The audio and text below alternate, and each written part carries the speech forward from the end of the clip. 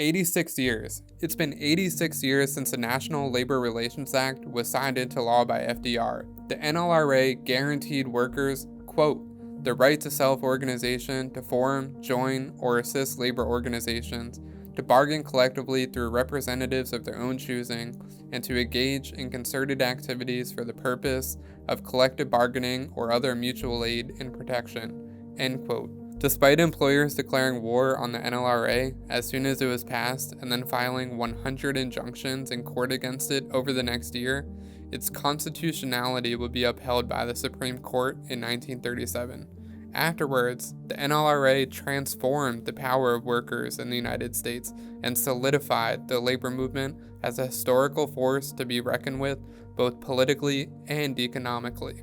Perhaps no group benefited more from the NLRA than women did. In the next 3 years, the amount of women in unions saw a threefold increase all across the nation. The NLRA made it clear that when it came to labor relations, the federal government had a role to play and would intervene where labor rights weren't being recognized. This was a significant shift from the decades prior, where interventions from the federal government often meant suppression and repression on behalf of employers. Sadly, just 12 years later, Congress enacted the Taft-Hartley Act, which set in motion an offensive and brutal attack on American workers, which has persisted ever since. The Taft-Hartley Act gave employers a bully pulpit to oppose unionization. It banned secondary strikes and boycotts, it banned closed shops, and allowed the president to halt strikes deemed to be harmful to national interest.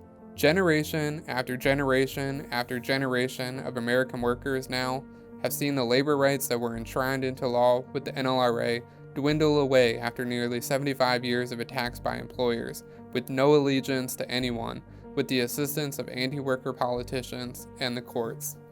As a result, the number of American workers who have the protections of a union has fallen from 1 in 4 during the years of the NLRA to just 1 in 10 today. The overwhelming majority of American workers today are at the absolute mercy of their employer, who have the power to determine not only their wages, benefits, and hours, but also their lives on and off the job. We must confront the deep unfreedom that Americans face today in the workplace. We can and must come together to retake control of our lives from employers and bring back freedom for workers inside and outside the workplace. We must restore the constitutional rights that were enshrined in the NLRA to form, join, or assist labor organizations and to bargain collectively. We can do this by having conversations with our coworkers, friends, and family about the long overdue need for federal labor law reform, and by demanding the passage of the Protecting the Right to Organize Act this legislative session. While the bosses want to bury it, our labor history and the transformational benefits of unions are still alive all around us. Let this be the last year we have to look backwards at our history, and let it be the first we usher in a new history for the labor movement.